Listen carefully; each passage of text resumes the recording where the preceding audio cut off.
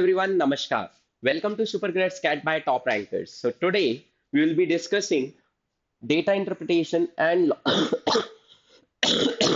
logical reasoning.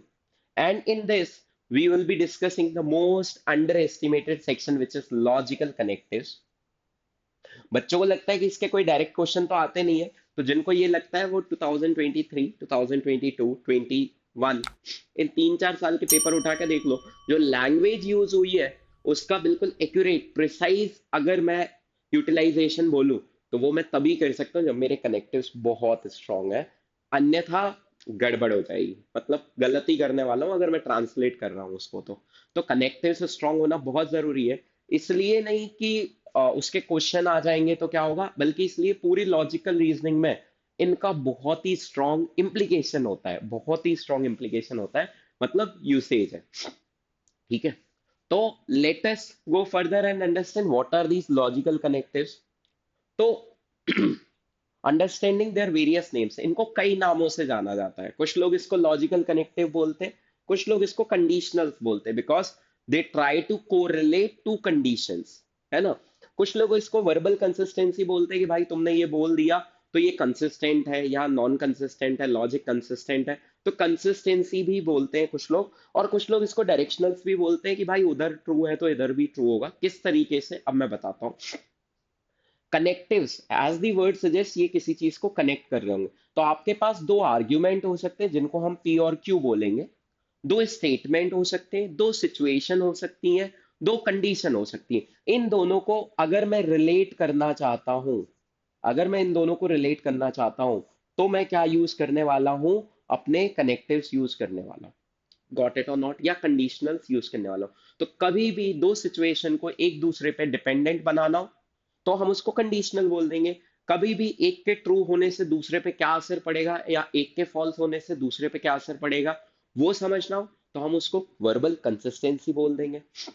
या एक में चेंज होने से दूसरे पे क्या इफेक्ट आने वाला है, कॉज एंड इफेक्ट अगर हम पढ़ रहे हैं तो उसको हम डायरेक्शनल्स भी बोल सकते हैं। तो दो सिचुएशन को कनेक्ट जो करता है उसको बोलते हैं connectives, as simple as that. जो दो सिचुएशन या दो आर्ग्यूमेंट या दो स्टेटमेंट, इनको जो कनेक्ट करे वो कहलाता है आपका लॉजिकल कनेक्टिव्स। क्लियर है? तो बिल्कुल परेशान नहीं होना है कि अरे ये नाम तो मुझे पता ही नहीं था। अब आपके पास सारे नाम है। Next, understanding various terms associated with it. तो अगर मैं टर्म्स की बात करूं तो यहाँ पे कौन कौन से टर्म्स होते हैं जो एसोसिएटेड है। सबसे पहली चीज होती है इम्प्लीकेशन। इम्प्लीकेशन का मतलब सिंपली ये होता है कि पहले वाले में चेंज होने से दूसरी वाली सिचुएशन पे क्या इफेक्ट आएगा, क्योंकि पी और क्यू दो सिचुएशंस है।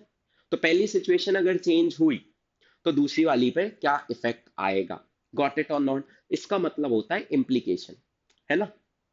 इसी को लॉजिकली फॉलोज भी बोलते हैं कि भाई अगर पहली में कुछ चेंज हुआ है दूसरी में कुछ चेंज हुआ है, क्या ये लॉजिकली करेक्ट है एज पर दी कनेक्टिव्स। ठीक है। नेक्स्ट, निगेशंस। निगेशंस मतलब मैंने तो बोला था कि भाई अगर ऐसा हुआ तो आ, वैसा होगा, लेकिन मैं इस बात को फॉलो नहीं कर रहा हूँ, इस बात को मैं मना कर दे रहा हूँ। और अगर मैं इस बात को मना कर दे रहा हूँ तो मैं वर्बली अपनी बात को क्या कर रहा हूँ, निगेट कर रहा हूँ, फॉल्स कर रहा हूँ। तो यहाँ पे हमें ये तीन चार टर्म्स पता होने चाहिए। कहीं पे इंप्लीकेशन लिखा है मतलब हमें फैक्ट या कंक्लूजन ढूंढना है।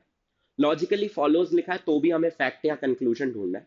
नेगेशन लिखा है मतलब हमें देखना है कि कब वो स्टेटमेंट निगेट हो जाएगा, फॉल्स हो जाएगा, कॉन्ट्राडिक्ट हो जाएगा। और वर्बली इनकंसिस्टेंट, ऑब्वियसली इसका मतलब भी क्या होता है, निगेशन ही होता है। तो ये दोनों कोरिलेटेड है, ये दोनों कोरिलेटेड है, ये दोनों बोले तो हमें कंक्लूजन ढूंढना है, और ये दोनों बोले तो हमें उसका निगेशन या फॉल्सिफिकेशन करना है, उसको गलत प्रूव करना है। Got it? हम एग्जाम्पल से जाएंगे तो ज्यादा अच्छे से समझ पाएगा। अब कितने कनेक्टिव होते हैं, तो सिर्फ 5 है। उसमें से भी हमें सिर्फ 3 याद रखने हैं, दो उनके रेप्लिका है। सिर्फ 5 स्टेटमेंट के लिए इतनी मेहनत, यस, क्योंकि वो बहुत ही स्ट्रांगली हमारे सिलेबस को इफेक्ट करते हैं, हमारी लैंग्वेज को इफेक्ट करते हैं when it comes to D I and L R. इसलिए हमें वो तीनों स्टेटमेंट बिल्कुल अच्छे से आने चाहिए, और उनके रेप्लिकास को कैसे यूज करना है वो भी अच्छे से आना चाहिए। Got it? So let us, without wasting much time, let us begin with our first connective. And the first connective is if P then Q, तो यहाँ पे कनेक्टिव क्या है, इफ देन, और पी और क्यू क्या है, आपके दो स्टेटमेंट्स हैं या दो सिचुएशंस हैं। जब भी ऐसा लिखा हुआ है इफ पी देन क्यू, जब भी ऐसा लिखा हुआ है, तो इसको हमें ये समझना है कि ये है अपना कॉज, ये क्या है, कॉज है, और ये क्या है, इफेक्ट। ये कॉज है, ये इफेक्ट है। इफ पी देन क्यू, ऐसे समझना है कि जो देन से पहले लिखा हुआ है वो वाला पार्ट क्या है, कॉज है, या जो इफ के साथ लिखा हुआ है वो वाला पार्ट क्या है, कॉज है, और जो देन के बाद लिखा हुआ है वो उसका क्या है, इफेक्ट है। क्लियर है, गॉट इट और नॉट, समझ में आई बात। अब कॉज और इफेक्ट में क्या होता है, अगर पी ट्रू है, अगर ये वाली बात ट्रू है, तो इसको ट्रू होना ही पड़ेगा, इसको ट्रू होना ही पड़ेगा। तो कॉज में भी ये कौन सी सिचुएशन है, multiple cause, multiple cause single effect situation है, multiple cause single effect situation है, मतलब कॉजेस बहुत सारे हैं पर इफेक्ट सिर्फ एक ही है, वो क्या है, क्यू है। इस बात का मतलब क्या हुआ कि जब जब कॉज होगा, जब भी कॉज होगा, ऑब्वियसली इफेक्ट को होना ही पड़ेगा, होना ही पड़ेगा। तो यहां पे हम इस वाले पार्ट को लिख लेते हैं मस्ट, मतलब अगर ये ट्रू है, ट्रू मतलब अगर इस पे टिक है, तो ऑब्वियसली इस वाले पार्ट को भी ट्रू होना ही पड़ेगा, इस वाले पार्ट को भी ट्रू होना ही पड़ेगा, ऐसे याद रखना है। Whenever it comes to translate, सबसे पहली चीज, ट्रांसलेट नहीं करेंगे, हम याद रखेंगे इसके implications logically, mathematically. Got it और नॉट। तो जब भी situation if P then Q के तरीके से कनेक्ट हुई है, तो हम क्या करने वाले हैं, फर्स्ट पार्ट सेज, अगर फर्स्ट पार्ट ट्रू होल्ड कर रहा है, तो इट सेज कि सेकेंड पार्ट भी ट्रू होल्ड करना ही पड़ेगा, must be true. Got it और नॉट। इस बात का मतलब क्या है, इसको अपन एक एग्जांपल से समझते हैं कि अगर मैंने बोला if it rains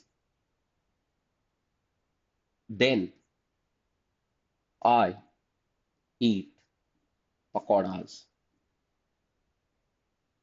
if it rains then I eat pakoras, अगर मैंने ये बोल दिया, तो इस बात का मतलब क्या है, यहाँ पे कॉज क्या है, रेन है, और पकौड़ाज क्या है, eating pakoras is your effect. तो रेन इंप्लाइज, अगर रेन हुई है तो इट कंफर्म्स कि मैंने पकौड़े खाए होंगे, आई will eat pakoras, it confirms, क्योंकि अगर फर्स्ट पार्ट ट्रू है, इट इज रेनिंग, तो बिना देखे तुम लंदन में भी बैठे हो तो तुम समझ जाओगे कि यार सर आज पकौड़े खा रहे हो, क्योंकि उनका स्टेटमेंट क्या था, if it rains then I eat pakoras. और सेकंड पार्ट क्या होना चाहिए, अगर ये ट्रू हो गया तो इसको ट्रू होना ही पड़ता है। दूसरी चीज कि अगर मैं, if it is not raining, अगर रेन नहीं हो रही तो क्या करूंगा, उसके बारे में तो कुछ बोले ही नहीं है, दूसरी बात हमें पता ही नहीं। But I am not eating pakoras, मैं पकौड़े नहीं खा रहा हूं, आई am not eating pakoras, it implies it is not yet raining. ये बात समझ में आई क्या, अभी तक तो पकौड़े नहीं खाए, इसका मतलब रेन नहीं हुई है, क्योंकि अगर रेन होती तो डेफिनेटली क्या होता, पकौड़े खाते। इसको कॉज एंड इफेक्ट से समझते हैं कि अगर कॉज हुआ है तो इफेक्ट को आना ही पड़ेगा, अभी तक इफेक्ट नहीं आया, इसका मतलब कोई सा भी कॉज नहीं हुआ, मल्टीपल कॉजेज हैं अपने पास, पर उनमें से कोई सा भी कॉज नहीं हो, क्योंकि कोई भी एक कॉज होगा, इफेक्ट को आना ही पड़ेगा। इफेक्ट अभी तक नहीं आया है, इसका मतलब कॉज नहीं हुआ है। तो इंप्लीकेशंस क्या बनते हैं इसके, कि first part is true implies second part has to be true, second part has to be true, and if first part is false, then sorry, if second part is false, it implies the first part of the connective was false, because if it becomes true, cyclic है, if it becomes true then second part has to be true, और अभी तक तो second part true नहीं हुआ है, इसका मतलब first अभी तक false है, क्योंकि first true होता है तो second भी ट्रू होना ही पड़ेगा। इसको ही बोलते हैं इंप्लीकेशंस। इंप्लीकेशंस मतलब अगर रेन इंप्लाइज, इसको रीड कैसे करते हैं, rain implies I will eat pakoras, I am not eating pakoras implies it has not yet rained, because if it rains then I eat pakoras. Very simple, very simple. Now negation की बात करते हैं अब अगर रेन नहीं हो रही तो क्या मैं पकौड़े खा सकता हूँ? एक मुद्दा ये भी है। खा सकता हूँ, नहीं भी खा सकता, मेरे को नहीं पता। जो नहीं, जो कॉज हमने डिस्कस ही नहीं किया उसके बारे में मैं कैसे बता दूं कौन सा इफेक्ट आएगा उसके लिए? ठीक है। बट नेगेशन कब हो जाएगा? कि रेन तो हो रही है पर मैंने पकौड़े नहीं खाए, तो मैंने अपनी बात, रेन तो हुई लेकिन मैंने पकौड़े नहीं खाए, तो मैं झूठा साबित हो जाऊंगा ना, क्योंकि मैंने तो गारंटी ली थी, if it rains then I eat pakoras, but if it is raining I should eat pakoras but I am not eating. तो ये क्या हो गया? फॉल्स हो गया, या वर्बली कंसिस्टेंट नहीं रहा। इसी को क्या बोलते हैं? निगेशन। क्या बोलते हैं? निगेशन। मैंने अपने ही स्टेटमेंट निगेट कर दिया। या फिर दूसरा तरीका, कि मैं पकौड़े तो नहीं खा रहा हूं बट क्या हो जाए, रेन हो रही है, तो ये दूसरे स्टेटमेंट को फॉल्स कर देगा, क्योंकि दूसरा वाला क्या कह रहा है? If I am not eating pakoras it means it is not raining. But ये तो ट्रुथ है, ये फैक्ट है, ये कंक्लूजन है। लेकिन it I am not eating pakoras but it is raining, तो इस बात को क्या कर रहा है? गलत साबित कर रहा है। तो चाहे ये लिख लूं चाहे ये लिख लूं, ये दोनों ही क्या है? निगेशन है ना, या contradiction with my own statement, या I am being verbally inconsistent, मतलब मैंने जो बोला वो किया ही नहीं, मैंने बोला था पर किया नहीं। ठीक है। तो निगेशन क्या बन जाएंगे? माइनस क्यू एंड पी, या फिर पी एंड माइनस क्यू। यहां पे ऑर्डर मैटर करता है, इंप्लीकेशन में ऑर्डर मैटर करता है, इसलिए इसको डायरेक्शनल भी कहा जाता है। और नेगेशन में ऑर्डर नहीं लिखा हुआ, मैंने एरो नहीं लगाया, मैंने क्या लिखा है? एंड, मतलब साइमल्टेनियसली दोनों चीजें हो जाए, कि पी तो ट्रू था बट क्यू नहीं हुआ, तो भी बात गलत हो गई। और क्यू तो फॉल्स था लेकिन पी हो गया, तो भी बात गलत हो गई। Got it? So what are the implications? P implies Q and minus Q implies minus P. And what are the negations? If P is happening, Q has to happen. तो true हो जाएगा, लेकिन P is happening but Q is not yet happening. Or I can say Q has not happened but P has already happened. P तो हो गया पर Q ने मना कर दिया, मैं नहीं हो रहा, but it must happen, तभी तो अपना true रहता है statement. Got it? So these are the implications. Let's take one example and understand further. What she's saying, if the weather is nice, I will go to the park. तो अगर weather nice है, it implies she has to go to the park.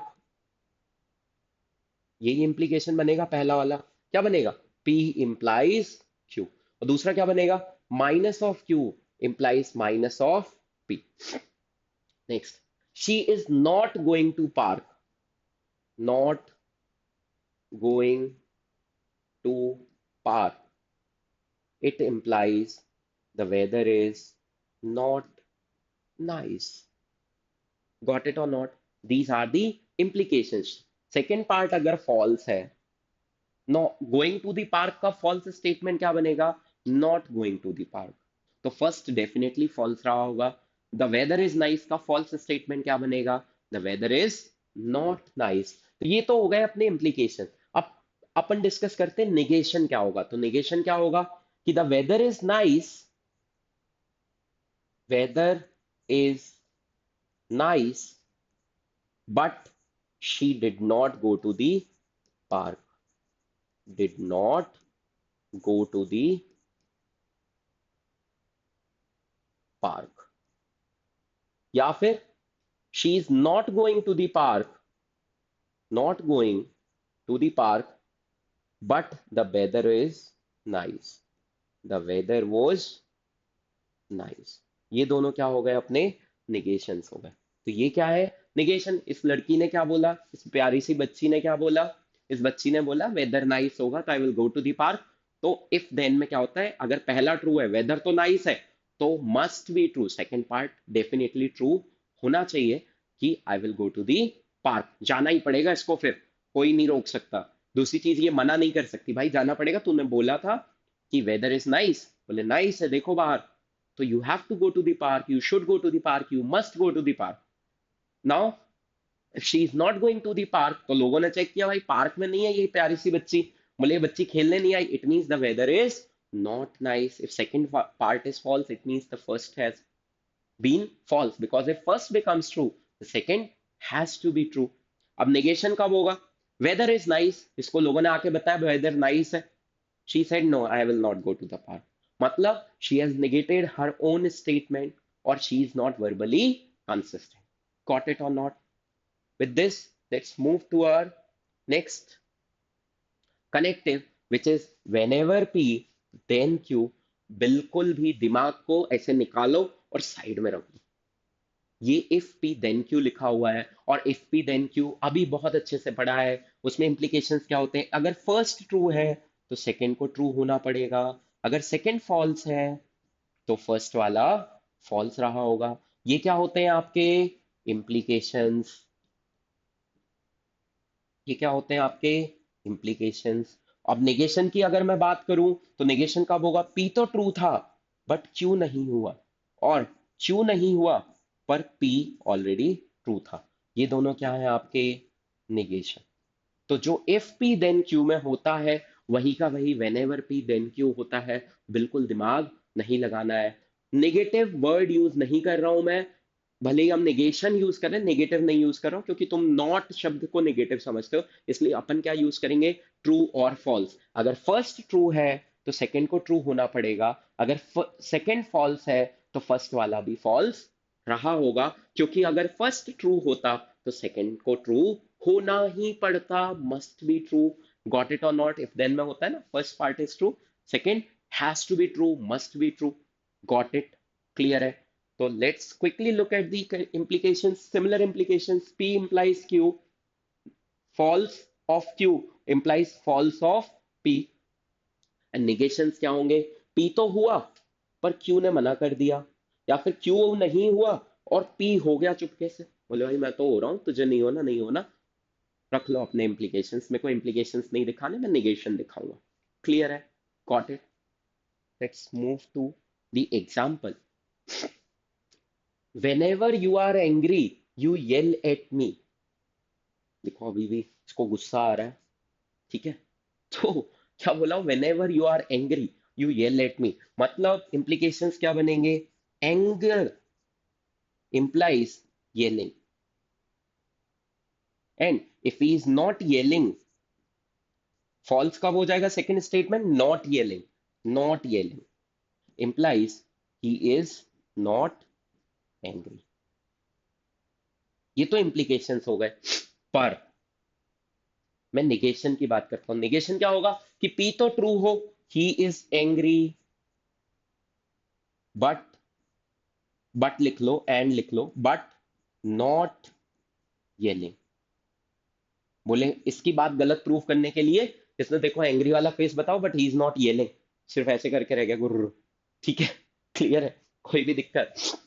या फिर he is not yelling although he was,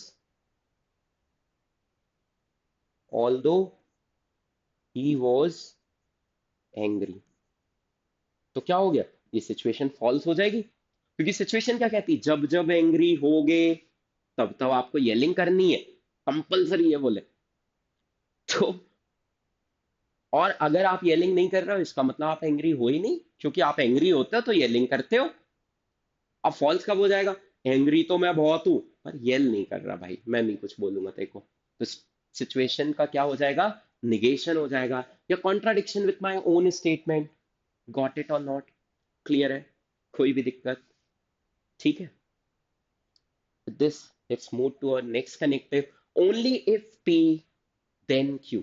Only if P then Q. इसमें क्या होता है? Now we have put only in the first part.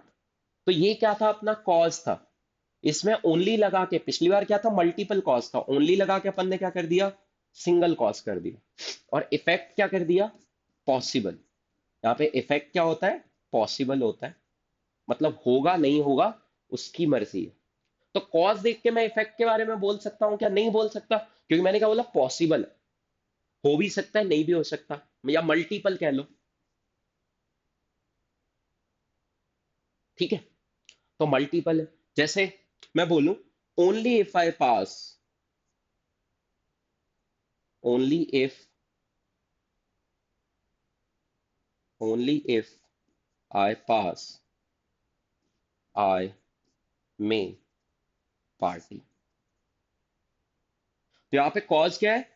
सिर्फ एक ही situation है party करने की, इफ आई पास, और उसमें भी मैंने क्या लिख दिया? मे। ये पास हो गया, इसके पास लोग आए, बोले चलो पार्टी करते हैं यार, तू पास हो गया, तो ही विल से मैंने बोला था आई मे पार्टी, मेरा मन नहीं है, जाओ। तो अब कॉज देख के तो इफेक्ट के बारे में कुछ नहीं बोल सकते, बट उल्टा सोच सकते हैं कि ही इज पार्टिंग, इफेक्ट आ गया, इफेक्ट इज ट्रू, इसका मतलब कॉज हुआ होगा, क्योंकि सिर्फ एक ही कॉज है इफेक्ट को ट्रू बनाने के लिए। तो यहां पे इंप्लीकेशंस क्या बनेंगे? Q implies P. Effect implies cause has happened, and until and unless cause is not happening, effect will not come. जब तक पास नहीं होगा तब तक तो कंफर्म है पार्टी नहीं करने वाला ये। क्यों? क्योंकि पार्टी करने की एक ही कंडीशन है, ओनली इफ आई पास। और निगेशन क्या हो जाएंगे कि बहुत दिन हो गए, पास तो हो नहीं रहा, मैं तो पार्टी कर ले रहा हूं, तो Q एंड माइनस P हो जाए, मतलब he has partied but he has not yet pass, या फिर he has not yet past but still party. ये दोनों क्या हो जाएंगे? आपके निगेशंस हो जाएंगे। ये दोनों क्या हो जाएंगे? निगेशंस हो जाएंगे। गॉट इट और नॉट? क्लियर है? तो ओनली इफ, अब थोड़ा ध्यान से देखो, ये इफ पी देन क्यू से जस्ट उल्टा है। वहां पे क्या था? पी इंप्लाइज क्यू, यहाँ पे क्या है? Q implies P. वहां पे दूसरा इंप्लीकेशन क्या था? Minus Q implies minus P. यहाँ पे दूसरा इंप्लीकेशन क्या है? Minus P implies minus Q. बस चेंज हो गया, उल्टा हो गया, जस्ट उल्टा, और कुछ भी नहीं हुआ। Negation Q and minus P, वहां पे क्या था? P and minus Q. और दूसरा नेगेशन क्या था? माइनस पी एंड क्यू, वहां पे क्या था? Minus Q and P. तो only if P then Q जो है वो just if P then Q का उल्टे इंप्लीकेशन है, उल्टी डायरेक्शन में इंप्लीकेशन है। क्लियर है? समझ में आई बात? ठीक है? क्यों? क्योंकि ये सिंगल कॉज ओनली लगा दिया, इसलिए सिंगल कॉज मल्टीपल इफेक्ट है, तो इफेक्ट की गारंटी नहीं ना कौन सा वाला आएगा, बट इफेक्ट को देख के हम बोल सकते हैं भाई कॉज हुआ होगा तभी तो इफेक्ट आ रहा है, जो अपन ने मेंशन किया। गॉट इट और नॉट? क्लियर है? समझ में आई बात? ठीक है, let's move to the implications तो जस्ट उल्टे, Q implies P and minus P implies minus Q, and negations Q and minus P हो जाए, या फिर minus P and Q हो जाए, जस्ट उल्टे, if then के जस्ट उल्टे। तो अगर if then याद है तो only if then भी याद है। Let's look at this example. आज के कॉन्टेक्स्ट में तो थोड़ा कॉन्टेक्सचुअल भी लग रहा है। Only if I win then I can party. बोले भाई अभी पोल्स के रिजल्ट आने वाले, रुक जाओ थोड़ी देर। Only if I win then I will party, लोगों ने ऐसे बोल रखा है। तो ओनली इफ आई विन, तो विन से पता चलेगा क्या पार्टी? आई कैन लिखा हुआ है, विन कर गए, बोले रात हो गई अब नहीं, कल करेंगे party. But if someone parties, if someone is partying, it means he has won. दूसरी चीज, अगर वो वन नहीं किया, did not won, implies he can not party, he can not party, because party करने की सिर्फ एक ही शर्त है, only if I win then I can party. तो क्या बन जाएगा? If I am partying, second part is true, it implies first was already true. Effect आया है, इसका मतलब कॉज तो हुआ होगा, कॉज सही हुआ होगा, और इफेक्ट कॉज ही नहीं हुआ अभी तक, तो इफेक्ट नहीं आ सकता। जब तक कॉज नहीं होगा तब तक इफेक्ट कैसे आएगा? समझ में आई बात? निगेशन क्या बनेगा यहाँ पे? निगेशन क्या बनेगा कि भाई विन तो नहीं किए, विन तो नहीं किया, but and he is partying, तो बोलेंगे you are not verbally consistent. भाई तुम जो बोलते हो वो नहीं करते, तुमने बोला था only if I win then I will party, you have not won the election और you have not won the match, why are you party? बोले मैं वर्बली इनकंसिस्टेंट हूँ, मेरा मन है, मैंने बोल दिया होगा तभी, अभी तो मेरा मन है पार्टी करने का। या फिर someone is partying, someone is partying although he has not won, not won को मैं लूज भी लिख सकता हूँ, तो वो लैंग्वेज से थोड़ा खेल सकते हैं, बट समझ में आए। तो इफ पी देन क्यू के जस्ट उल्टी इंप्लीकेशन है और कुछ भी नहीं है। लेट्स मूव टू और next connective which is either P और क्यू। पूरे देश की जनता, मतलब 95% लोग इसको एटमोस्ट वन समझते हैं। जो कि गलत है, इसका मतलब होता है at least one has to be true. At least one has to be true. Got it और नॉट? ईदर और का मतलब एटमोस्ट वन नहीं होता। लोग इसको जैसे ही पढ़ते हैं बोल देते हैं पी होगा तो क्यों नहीं होगा। ये गलत है। कोई एक जरूर होगा। ईदर और का मतलब ये होता है। Got it? मतलब अब कैसे डील करें? अगर पी हुआ तो क्या क्यों हो सकता है भाई? हो भी सकता है, नहीं भी हो सकता, हमें नहीं पता, पर कोई एक जरूर होगा। तो इसको डील करने के लिए क्या बोलते हैं? बोले भाई पी नहीं हुआ। पी नहीं हुआ तो क्या होगा? पक्का क्यू होगा। और अगर क्यू नहीं हुआ तो पक्का क्या होगा? पी होगा, क्योंकि किसी एक को होना ही पड़ेगा। किसी एक को ट्रू होना ही पड़ेगा। फिर मैं लोगों से पूछता हूं कि भाई क्या पी एंड क्यू ट्रू हो सकते हैं? तो दिस इज अ पॉसिबिलिटी। हो सकते हैं।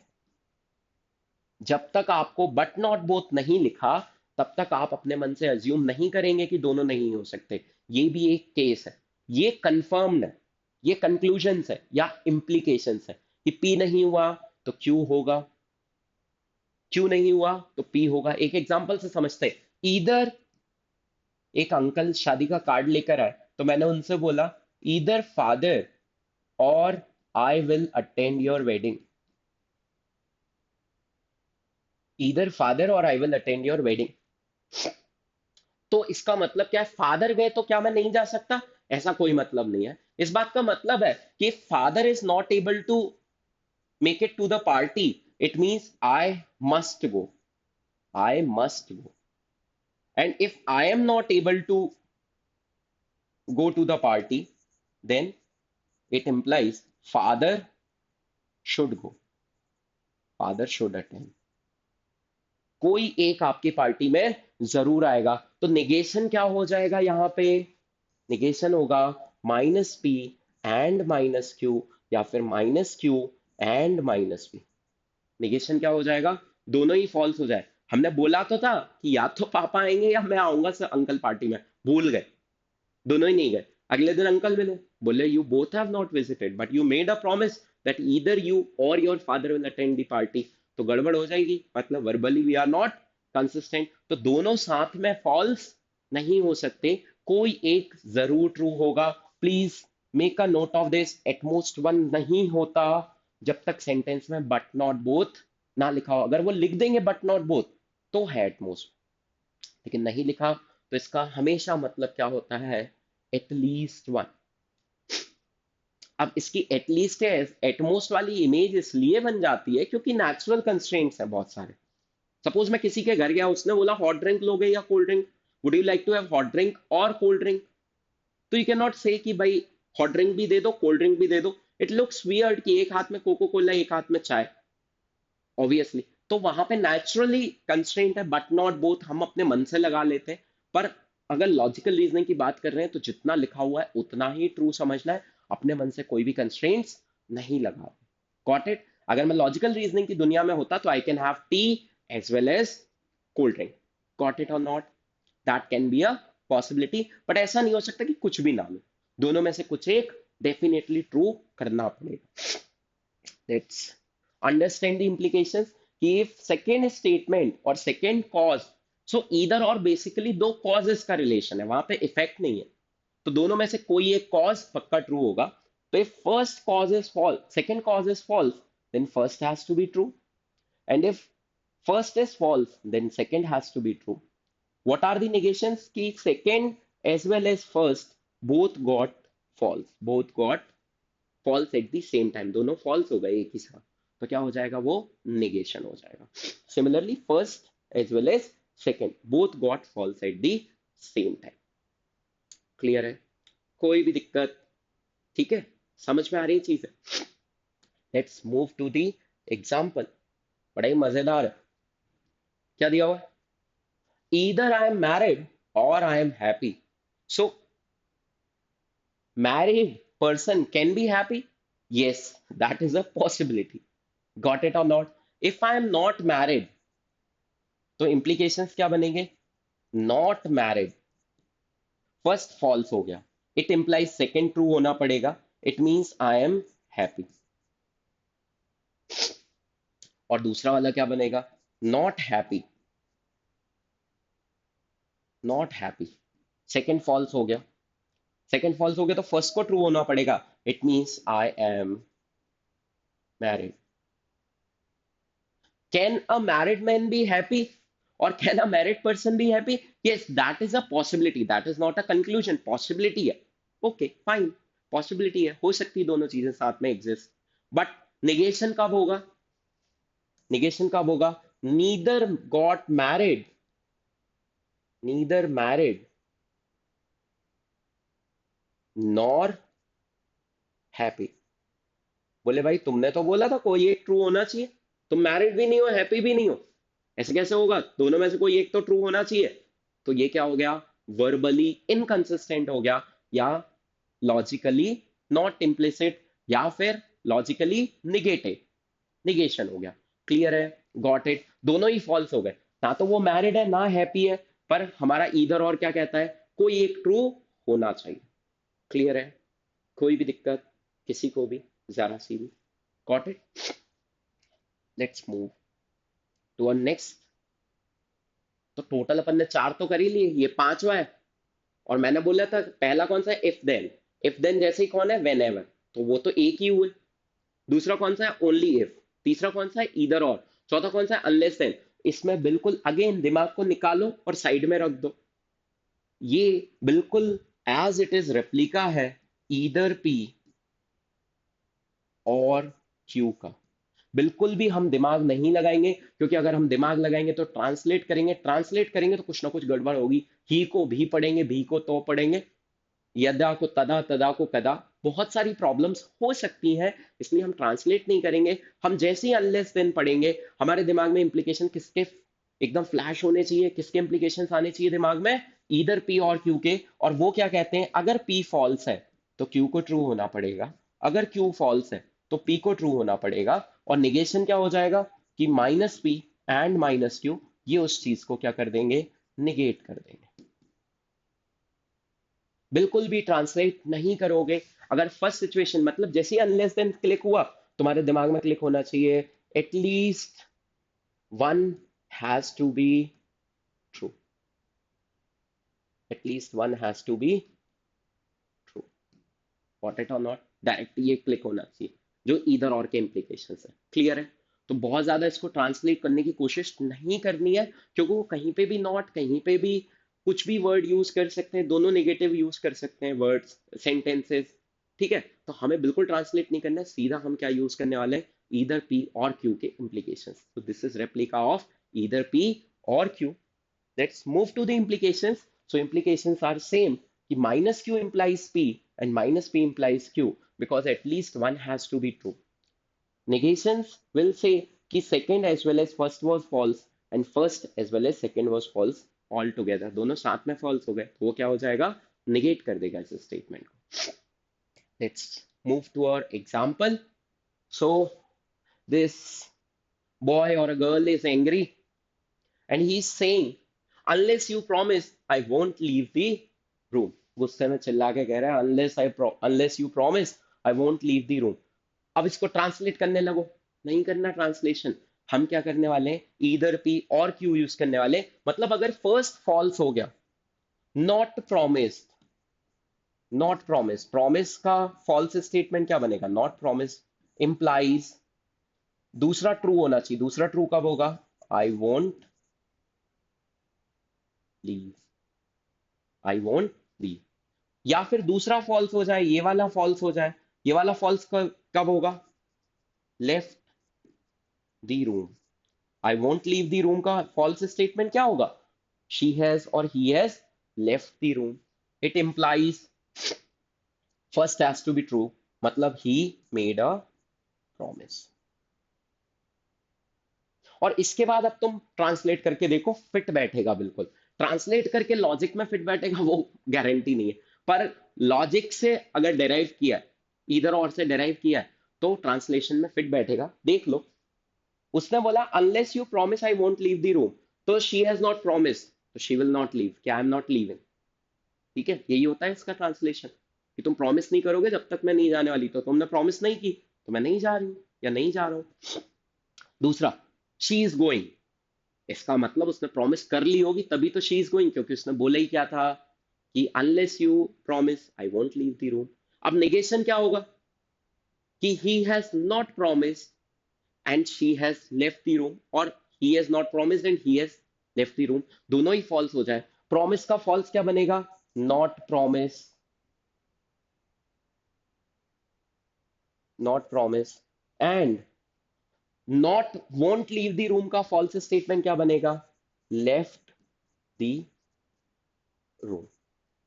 ये दोनों चीजें हो जाए कि उसने बिना प्रॉमिस के ही शी लेफ्ट द रूम और ही लेफ्ट द रूम, बिना प्रॉमिस के, तो she is not verbally consistent. भाई इसने बोला था कि जब तक प्रॉमिस नहीं करोगे मैं नहीं जाने वाला या नहीं जाने वाली, बट अभी ये बिना प्रॉमिस के ही चला गया, तो ही is not verbally consistent, he has negated his own statement.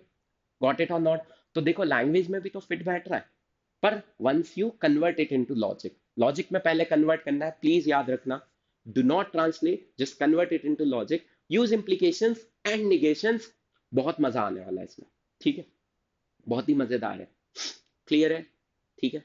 So these are all 5 connectives जो हमें बहुत अच्छे से याद रखने, और इन स्टेटमेंट्स का यहां वहां यूज होता रहता है। Let's look at our final takeaways. P implies if P then Q में क्या होता है, first implies second has to be true and second is false, it implies first was false। whenever P then Q वो similar है if P then Q के, तो P implies Q and minus Q implies minus P। Next, only if P then Q, तो यहां पर देखो इसको बिल्कुल उल्टा हो गया, यहाँ पे P implies Q है, यहाँ पे Q implies P है, यहाँ पे minus P implies minus Q implies minus P है, यहाँ पे minus P implies minus Q है, उल्टा, just if P then Q ऐसे याद रख सकते हो। नेक्स्ट, इधर और का क्या होता है, second is false, first has to be true, first is false, second has to be true, और वही के वही सिमिलर अनलेस देन के, तो ये दोनों सेम है, ये दोनों सेम है। अब नेगेशन देखते हैं, पी तो हुआ, क्यू को होना ही पड़ेगा बट क्यू नहीं हुआ, पी तो हुआ पर क्यू नहीं हुआ, तो वो क्या हो जाएगा, निगेट हो जाएगा।